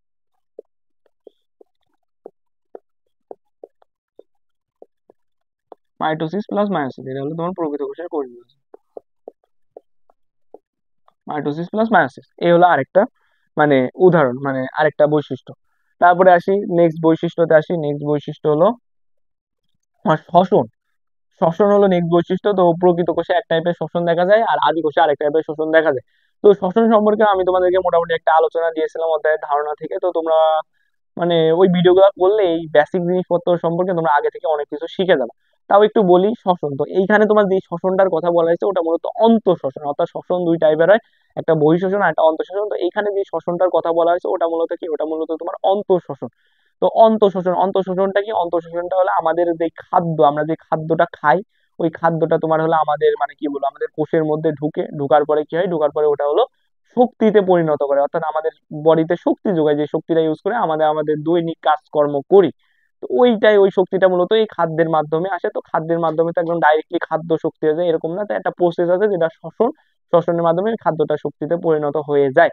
এখন হলো আদি কোষের এক টাইপের শোষণ দেখবা, প্রকৃত কোষের আরেক টাইপের শোষণ দেখবা। অর্থাৎ আদি কোষের শোষণকে তোমার অবাত শোষণ বলা হয়, আর প্রকৃত শোষণকে তোমার সবাত শোষণ বলা হয়। মানে অবাত আর সবাতের ভিতরে একটু পার্থক্য বোঝায়। তোমার শ্বসনকে মানে অন্তঃশোষণ বা শোষণকে তোমার দুই ভাগে ভাগ করা যায়, একটা হলো অবাত শোষণ আর একটা সবাত শোষণ। এরা মূলত অক্সিজেনের উপরে বেস করে ভাগ করা হয়। তো আমরা প্রকৃত কোষ, আমরা না, তোমার যারা প্রকৃত কোষ আছে আমরা কেউই অক্সিজেন ছাড়া বাঁচতে পারি না, অর্থাৎ আমাদের সবারই অক্সিজেন লাগে। তো আমাদের একটা কনসেপ্ট আছে যে তোমার হলো উদ্ভিদ, উদ্ভিদ কি, উদ্ভিদ হলো পরিবেশ থেকে কার্বন ডাইঅক্সাইড নিয়ে নেয়, নিয়ে হলো অক্সিজেন ছেড়ে আমাদের একদম মানে কি বলবো পরিবেশে একদম অক্সিজেনে ভরে দেয়, ভরে একদম কি বলবো আমাদের মানে আমাদের অক্সিজেন মানে উদ্ভিদের অক্সিজেন লাগেই না, ও শুধু কার্বন ডাইঅক্সাইড নেয়। কিন্তু জিনিসটা এরকম, হ্যাঁ উদ্ভিদ কার্বন ডাইঅক্সাইড নেয়, নিয়ে খাদ্য তৈরি করে, অর্থাৎ ওর একটা প্রসেস আছে যেটাকে সালোক সংশ্লেষণ বলে। ওই সালোক সংশ্লেষণ প্রসেসে তোমার উদ্ভিদ হলো তোমার অক্সিজেন নেয়, মানে কার্বন ডাইঅক্সাইড নিয়ে দেন ওটা ইউজ করে খাদ্য তৈরি করে। বাট উদ্ভিদেরও শ্বসন হয়, কারণ উদ্ভিদেরও তো বেঁচে থাকা লাগবে, শক্তি লাগবে। তো ওই শক্তির জন্য উদ্ভিদেরও শ্বসন হয়, তা উদ্ভিদের শ্বসনে উদ্ভিদ আবার ওই অক্সিজেন গ্রহণ করে, অর্থাৎ উদ্ভিদ অক্সিজেন গ্রহণ করেই কিন্তু এর শোষণটা করে। তার মানে কি উদ্ভিদ কার্বন ডাইঅক্সাইড গ্রহণ করতেছে, ঠিক আছে, এটা খাদ্য তৈরি করার জন্য করতেছে, বাট ওর নিজের শক্তির জন্য, নিজের বেঁচে থাকার জন্য ও অক্সিজেনও গ্রহণ করতেছে। তো এরকম যত প্রকৃতকোষী জীব আছে সবারই অক্সিজেন লাগবে। তো এই অক্সিজেন কি করে, যে এই যে খাদ্য ভাঙতেছে, খাদ্য ভেঙে শক্তিটা তৈরি হচ্ছে, তো খাদ্য নিজে নিজে ভাঙতে পারে না, খাদ্যের আরেকটা জিনিস লাগে যেটা খাদ্যকে ভাঙবে, ভেঙে শক্তিতে পরিণত করবে, সেই জিনিসটাই হলো অক্সিজেন। তো এই অক্সিজেনের উপরে বেস করেই শোষণকে দুইটা জিনিস, দুইটা ভাগে ভাগ করা হয়েছে, একটা হলো সবাত আর অবাত। তো আমরা যে শোষণটা করি সবাত, এটার ক্ষেত্রে অক্সিজেন মাস্ট, অক্সিজেন ছাড়া আমাদের শোষণটা হবে না, এই জন্য আমাদের শোষণকে সবাত শোষণ বলছে। বাট এই যে আদিকোষী যারা আছে, তো ব্যাকটেরিয়া, তো ব্যাকটেরিয়া এদের শোষণ করার ক্ষেত্রে এরা হলো অক্সিজেনকে ইউজ করে না। এখন কেন এরা অক্সিজেনকে ইউজ করে না, এটা তোমাদেরকে একটু বোঝায়। ব্যাকটেরিয়া, আসলে পৃথিবীতে প্রচুর ব্যাকটেরিয়া আছে। তোমার এই যে মুখ, তো মুখটা তুমি নর্মালি দেখতেছো, ভাবতেছো মুখ হাত এগুলো একদম নর্মাল পরিষ্কার পরিচ্ছন্ন আছে, তুমি যদি একটু অনুবীক্ষণ যন্ত্র দিয়ে দেখো দেন বুঝতে পারবা যে জিনিসটা আসলে ওরকম নাই। ভিতরে দেখবা যে তোমার অসংখ্য ব্যাকটেরিয়া কিলবিল করতেছে, শুধু যে তোমার বডির বাইরে এমন না, তোমার বডির ভিতরেও এরকম অসংখ্য ব্যাকটেরিয়া আছে। মানে ব্যাকটেরিয়া এমন এমন সব জায়গায় থাকতে পারে যেখানে মানে তোমার বেঁচে থাকার কথা তুমি ভাবতেও পারবে না, বাট ওইখানে ব্যাকটেরিয়া ভরা। তার মানে কি ওইখানে কিন্তু অক্সিজেন থাকে না, এই জন্য আমরা বেঁচে থাকতে পারি না, বাট ওইখানে অক্সিজেন নাই, তাও তোমার ব্যাকটেরিয়া বেঁচে আছে। তার মানে আমরা বুঝতে পারি যে ব্যাকটেরিয়া কিন্তু অক্সিজেন ছাড়াও বাঁচতে পারে। এখন কথা হলো, তোমার ব্যাকটেরিয়া তিন টাইপের তুমি ব্যাকটেরিয়া পাবে। এক টাইপের ব্যাকটেরিয়া যারা অক্সিজেন থাকলে বাঁচে না, অর্থাৎ তোমার পরিবেশে অক্সিজেন আছে তাহলে ব্যাকটেরিয়া মারা যাবে, অর্থাৎ যেখানে অক্সিজেন থাকে না তারা ওইখানেই বেঁচে থাকতে পারে। আরেক টাইপের ব্যাকটেরিয়া পাবা যারা কি, যারা হলো ধরো পরিবেশে অক্সিজেন আছে, হ্যাঁ এরা বেঁচে আছে, বাট অক্সিজেন চলে গেছে তাও ওরা মরবে না, ওরা তাও বেঁচে থাকতে পারবে, অর্থাৎ ওরা তোমার অক্সিজেন থাকলেও বাঁচবে, না থাকলেও বাঁচবে। আর আরেক টাইপের ব্যাকটেরিয়া আছে ওরা আবার আমাদের মতো, অর্থাৎ অক্সিজেন না থাকলে ওরা বাঁচতে পারবে না। তার মানে কি অক্সিজেনকে তুমি ব্যাকটেরিয়াকে যদি তিন ভাগে ভাগ করো, তিন ভাগে ভাগ করলে তোমার দুই ভাগই তোমার অক্সিজেন ছাড়া বাঁচতে পারতেছে, আরেকটা ভাগ আছে যারা হলো অক্সিজেন মানে অক্সিজেন ছাড়া বাঁচতে পারে না। তার মানে কি আমরা বলছি যে জীববিজ্ঞান তোমার ম্যাক্সিমাম জিনিস নিয়ে মানে কাজ করে। তো এখানে ম্যাক্সিমাম জিনিস কি, দুইটা ম্যাক্সিমাম, মানে অর্থাৎ দুইটা কি, দুইটা কিন্তু অক্সিজেন ছাড়া বাঁচতে পারছে। এই জন্য কি হয়, এই জন্য যেহেতু ওই দুইটা মানে ওই দুই টাইপের ব্যাকটেরিয়া কিন্তু এদের যখন শোষণ হবে, অর্থাৎ এরা যখন, এদের তো শক্তি লাগবে, তখন কিন্তু এরা অক্সিজেন ইউজ করবে না, এদের শোষণের সময় কিন্তু এরা অক্সিজেন ইউজ করবে না। তার মানে কি এরা অবাধ শোষণ ঘটাবে। আর এক টাইপ আছে তারা হলো সবাদ শোষণ ঘটাবে, যেহেতু এদের ব্যাকটেরিয়ার ম্যাক্সিমামই অবাধ শোষণ ঘটাচ্ছে, এজন্য ইনকমন তোমার ব্যাকটেরিয়ার যে শোষণ বা আদিকোষের যে শোষণ ওটাকে তোমার অবাধ শোষণ বলা হচ্ছে। এই জন্য তোমার হলো আদিকোষে অবাধ শোষণ দেখা যায় আর প্রকৃত কোষে সবাদ শোষণ দেখা যায়। এই হলো তোমার আরেকটা বৈশিষ্ট্য, এই হলো তোমার আরেকটা বৈশিষ্ট্য। তারপরে আরো একটা বৈশিষ্ট্য আছে, ওই বৈশিষ্ট্য সম্পর্কে তোমাদের আমি জানাবো। সেই বৈশিষ্ট্যকে তোমার পুষ্টি। পুষ্টি, এখন পুষ্টি জিনিসটা আমাদের একটু বোঝা লাগবে, পুষ্টি জিনিসটা আমাদেরকে একটু বোঝা লাগবে যে এই পুষ্টি জিনিসটা আসলে কি। তো পুষ্টি জিনিসটা আসলে কি তো তোমাদেরকে বলি। পুষ্টি, তো পুষ্টি বলতে আমরা এই যে খাদ্য গ্রহণ করি, ঠিক আছে, আমরা খাদ্য গ্রহণ করতেছি, খাদ্যটা তোমার হলো পরিপাক হয়ে যায়, মানে আমরা একটা খাদ্য গ্রহণ করছি, খাদ্যটা আমাদের দেহের মধ্যে তোমার পরিপাক হয়ে যাচ্ছে, ভালো কথা। খাদ্যটা আমাদের দেহের মধ্যে পরিপাক হলো, পরিপাক হওয়ার পরে কি হয়, পরিপাক হওয়ার পরে ওই যে পরিপাকৃত যে খাদ্যটুকু আছে ওই খাদ্যের ভিতরে দুইটা অংশে ভাগ হয়ে যায়, মানে যেটা আমাদের বর্জ্য পদার্থ হিসেবে অর্থাৎ আমাদের বডিতে লাগবে না, ওটা মল হিসেবে আমাদের বডি থেকে বের হয়ে যায়। আর যেই অংশটুকু আমাদের বডিতে খাদ্য শক্তি যোগাইতে পারবে ওই অংশটুকু আমাদের বডিতে থেকে যাবে, থেকে ওটা কি হবে, ওটা হলো রক্তের মাধ্যমে আমাদের বিভিন্ন কোষে চলে যাবে, কোষে গেল। তো এই যে একটা প্রসেস, যে খাদ্য পরিপাকৃত খাদ্য আমাদের কোষ পর্যন্ত গেল, মানে এখানে তোমার খাদ্য গ্রহণ করার পর তিনটা প্রসেস হয়। প্রথম প্রসেস কি, পরিপাক হয়, পরিপাক হয়ে তোমার হলো এর ভিতরকার বর্জ্য পদার্থ গুলো বের হয়ে যায়, বের হয়ে মেইন যে জিনিসটা ওটা আমাদের শক্তি যোগাবে ওটা থেকে যায়। ওইটা খেয়ে ওইটা আরেকটা প্রসেস হয় যেটাকে তোমার শোষণ বলা হয়, বা ওই ওই প্রসেসকে ইনকমন তোমার পুষ্টি বলা হয়। তো পুষ্টি প্রসেসের মাধ্যমে কি হয়, পুষ্টির মাধ্যমে এই যে আমাদের পরিপাকৃত যে খাদ্যটা আছে ওটা আমাদের কোষ পর্যন্ত যায়, কোষে যাওয়ার পরে দেন ওই খাদ্যটা আর অক্সিজেন একত্রিত হয়ে তারপরে এই যে শ্বসন প্রক্রিয়ার মাধ্যমে আমাদেরকে শক্তি যোগায়। কারণ পরপর তোমার তিনটা প্রসেস হচ্ছে, তোমাদের প্রথমে পরিপাক হচ্ছে, দেন পুষ্টি হচ্ছে, তারপরে শ্বসন হচ্ছে। তো পরিপাকটা আমরা বুঝলাম, আমরা আগে শ্বসনটা বুঝলাম, এখন আমাদের পুষ্টিটা বোঝা লাগবে যে এই পরিপাকিত খাদ্য পুষ্টির মাধ্যমে আমাদের হলো মানে শ্বসন পর্যন্ত যাচ্ছে। তো এই পুষ্টিটা তোমার আদি কোষে পুষ্টি ঘটে হলো তোমার শোষণ পদ্ধতিতে, শোষণ পদ্ধতিতে, শোষণ পদ্ধতিতে তোমার আদি কোষে হলো পুষ্টিটা ঘটে, অর্থাৎ যে খাদ্য পুষ্টি উপাদান গুলো থেকে যায়, পুষ্টি উপাদান তো গুলো তোমার ডাইরেক্টলি হলো কোষে শোষিত হয়। এই জন্য এই জিনিসটাকে তোমার শোষণ পদ্ধতি বলছে। তো আদি কোষে তুমি এই শোষণ পদ্ধতিতে তোমার আদি কোষে পুষ্টি ঘটবে, কিন্তু কাহিনী ঘটবে তোমার প্রকৃত কোষে। তো প্রকৃত কোষে শুধুমাত্র যে এক শোষণ বা অন্য কোনো কিছুতে হবে না, প্রকৃত কোষে তোমার তিনটা উপায়ে পুষ্টি ঘটবে। প্রথমে আসি শোষণ, তো তোমার আদি কোষেও শোষণ প্রকৃতিতে পুষ্টি ঘটবে, তোমার প্রকৃত কোষেও শোষণ প্রকৃতিতে পুষ্টি ঘটবে, শুধুমাত্র একটা প্রকৃত কোষী জীব আছে যারা হলো তোমার শোষণ পদ্ধতিতে পুষ্টি ঘটে, এটা হলো তোমার ছত্রাক। তো এই ছত্রাকের পুষ্টিটা তোমার হলো কিসের মানে শোষণ পদ্ধতিতে ঘটবে, অর্থাৎ শোষণ পদ্ধতিতে তোমার ছত্রাক মানে আদিকোষ যেভাবে শোষণ পদ্ধতিতে ওদের পুষ্টিটা ঘটে, ছত্রাকের পুষ্টিটাও শোষণ পদ্ধতিতে ঘটবে। তো ছত্রাক ওয়ান কাইন্ড অফ প্রকৃত কোষে, এই জন্য প্রকৃত কোষিতে তোমার শোষণ পুষ্টিটাও দেখা যায়। দেন আরেকটা পুষ্টি দেখা যায় যেটাকে তোমার কি বলে, যেটাকে তোমার সালোক সংশ্লেষণ বলা হয়।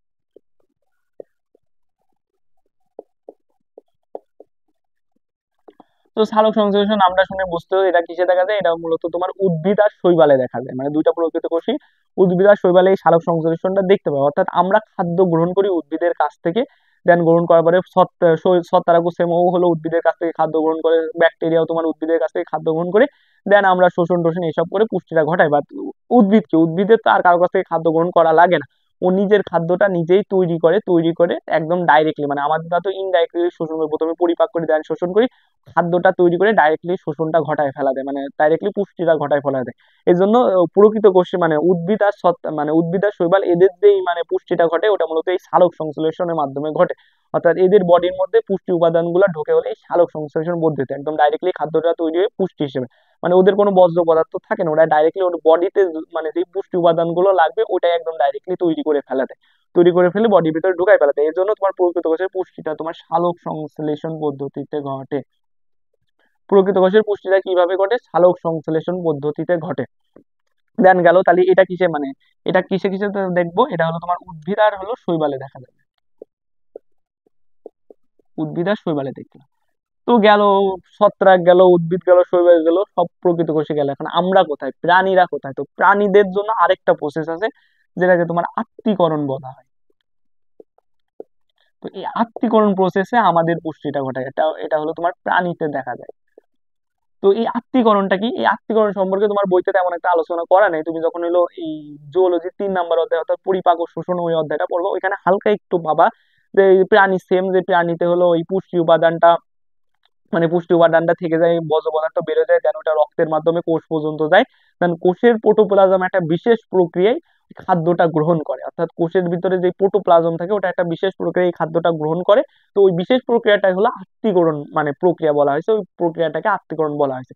তো এই প্রক্রিয়াটা মানে এই পুষ্টি উপাদান গ্রহণের এই পুষ্টির এই প্রক্রিয়া যে আত্তীকরণ, এটা প্রাণীতেই দেখা যায়। এই জন্য প্রাণীর ক্ষেত্রে পুষ্টিটা আত্তীকরণ প্রসেসে ঘটে। তার মানে তোমার আদি কোষে পুষ্টি ঘটে শোষণ পদ্ধতিতে, প্রকৃত কোষে তোমার দেখো প্রকৃত কোষে কিন্তু অনেক কিছু আছে, আদি কোষ ব্যাকটেরিয়াতে শেষ, বা প্রকৃত কোষ ছত্রাক, উদ্ভিদ, শৈবাল, প্রাণী এগুলো আছে। তো এক একটার ক্ষেত্রে এক এক রকম ভাবে ঘটে, ছত্রাকে শৈবাল, উদ্ভিদ আর ছত্রাকে হলো শোষণ, উদ্ভিদ আর শৈবালে সালোক সংশ্লেষণ, প্রাণীতে আত্তীকরণ। তো এই 3টা প্রসেসে মূলত তোমার প্রকৃত কোষের পুষ্টিটা ঘটে। তো মোটামুটি আমরা সবগুলো পয়েন্টই কাভার করে ফেলছি, আর কিছু তেমন একটা বাদ নাই। এই হলো মোটামুটি সবগুলা পয়েন্ট, আমি তোমার প্রকৃত কোষ আর আদি কোষের সবগুলা পয়েন্ট তোমার কাভার করে ফেলছি। তো নিচে আরেকটা লাইন আছে, লাইনটা তোমাদেরকে দাগাইতে বলছিলাম যে প্রথম প্রকৃত কোষী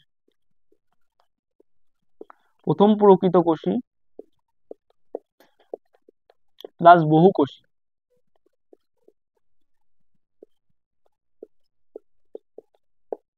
বহুকোষী জীব কি, এটা একটা লোহিত শৈবাল, এটা একটা লোহিত শৈবাল। তো ওইখানে একটা বড় সাইন্টিফিক নাম দেওয়া আছে, আমি তোমাদেরকে ওইটা দাগাইতে নিষেধ করছি। কেন দাগাইতে নিষেধ করছি, প্রথম কথা এইটা তোমার যে কোনো তুই অ্যাডমিশন বলো, তোমার হলো বলো, তোমার হলো এইচএসসি বলো, এটা কোনো কিছুতে আসার চান্স মানে বলতে গেলে একদমই নাই। তাও তোমরা একটু জেনে রাখবা, মানে যদি চলে আসে, একদম তো 100% গ্যারান্টি দেওয়া যায় না। তো তোমরা একটু মাথায় রাখবা যে প্রথমে পৃথিবীতে আদি কোষের সৃষ্টি হয়েছে, অর্থাৎ ব্যাকটেরিয়া এইগুলা সৃষ্টি হয়েছে, দেন প্রকৃত কোষের সৃষ্টি হয়েছে। এখন প্রকৃত কোষের মধ্যে তোমার ছত্রাক আছে, শৈবাল আছে, উদ্ভিদ আছে, প্রাণী আছে। তো এই প্রকৃত কোষের মধ্যে তোমার শৈবালটা সবার প্রথমে সৃষ্টি হয়, অর্থাৎ তোমার ব্যাকটেরিয়ার পরে অর্থাৎ আদি কোষের পরে তোমার প্রথম পৃথিবীতে আবিষ্কার হয়, মানে প্রথম পৃথিবীতে মানে সৃষ্টি হয় কিসের, সৃষ্টি হয় হলো শৈবালের। এখন শৈবালের ভিতরেও তোমরা যখন শৈবাল ছত্রাক অধ্যায় পাবা, শৈবালের অনেক ভাগ পাওয়া, লোহিত শৈবাল, বাদামি শৈবাল, অগ্নি শৈবাল, সোনালী হলুদ শৈবাল, সবুজ শৈবাল, এরকম বিভিন্ন ভাগ পাওয়া। তো এই শৈবালের মধ্যে যে লোহিত শৈবাল আছে, এই লোহিত শৈবালরাই তোমার প্রথম প্রকৃত কোষী এবং বহুকোষী জীব। অর্থাৎ আমরা তো প্রথমে আদি কোষ মানে গঠিত হয়েছে, তো ওরা আদি কোষী প্লাস হলে আদি কোষকে এক কোষী হয়। তো এই লোহিত শৈবাল তারপরে এর সৃষ্টি হয়, তার মানে কি প্রথমত প্রকৃত কোষী, দ্বিতীয় কি যেহেতু এ হলো হলো প্রকৃত কোষীটা সাধারণত কি হয়, বহুকোষী হয়, তার মানে এই একটা বহুকোষী জীব। এই জন্য প্রথম প্রকৃত কোষী আর বহুকোষী জীব হলো লোহিত শৈবাল। এতটুকু মাথায় রাখবো, ওই বড় সাইন্টিফিক নামটা মাথায় রাখা লাগবে না, আসলে এই লোহিত শৈবালটাই আসবে। ওইটা আসবে না, যে শৈবাল প্রথম আবিষ্কৃত হয়। এতটুকু মাথায় রাখবা, তো এই জিনিসটা তোমরা একটু মাথায় রেখে। কোষ আর প্রকৃত কোষের বৈশিষ্ট্যগুলো আমি একদম প্রপারলি তোমাদেরকে বুঝিয়ে দিলাম, মানে প্রতিটা প্রতিটা বৈশিষ্ট্য যত ডিপে যাওয়া সম্ভব আমি ততটাই ডিপে দিয়ে তোমাদেরকে প্রতিটা বৈশিষ্ট্য একটু ফিল করাই পড়ানোর ট্রাই করলাম। তো তোমরা এইভাবে যদি একটু 1 থেকে 2 বার পড়ো, তোমাদের মাথার ভিতরে জিনিসগুলো গেঁথে যাবে।